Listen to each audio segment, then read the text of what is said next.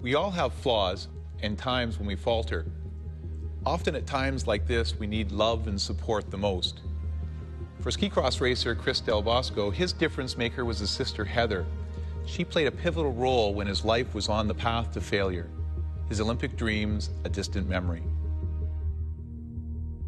Even as a child, Chris Del Bosco lived life on the edge. I didn't have to work as hard as a lot of kids, and it was just natural for me to go fast. He was always, pushing the envelope and wanting to go on the big jumps and the steep cliffs. It wasn't long before Chris started pushing other limits. When I was about 14, that was the first time I drank and smoked weed, and that was, I found something that, I don't know, I liked the feeling, I guess, of it, and then it kind of took over from there.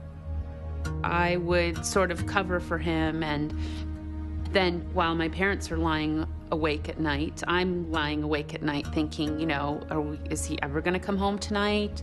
Heather had always been her little brother's keeper. I kind of am the mother hen, I'll admit. But all the mothering in the world couldn't protect Chris. I'll take care of it, and that was my big, I'll figure it out. I'll figure it out. And obviously I wasn't figuring anything out. Finally, even Chris's talent couldn't save him.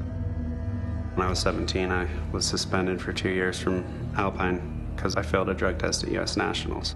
His Alpine racing days were over. Olympic dreams shattered. Chris sank deeper into his addiction. My parents were out of the country. I was visiting my sister in L.A. I was drinking every day. I was waking up and drinking. I was just wasting away. I said, this is it. This is absolutely it. Heather couldn't cover for him anymore. She found a 90-day treatment program, and hard as it was, drove Chris directly there. This is our last hope.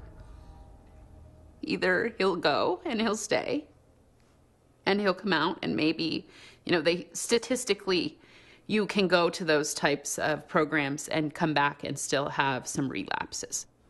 I just didn't fight it. I didn't want to fight it anymore, and that was it. The next day I was in treatment.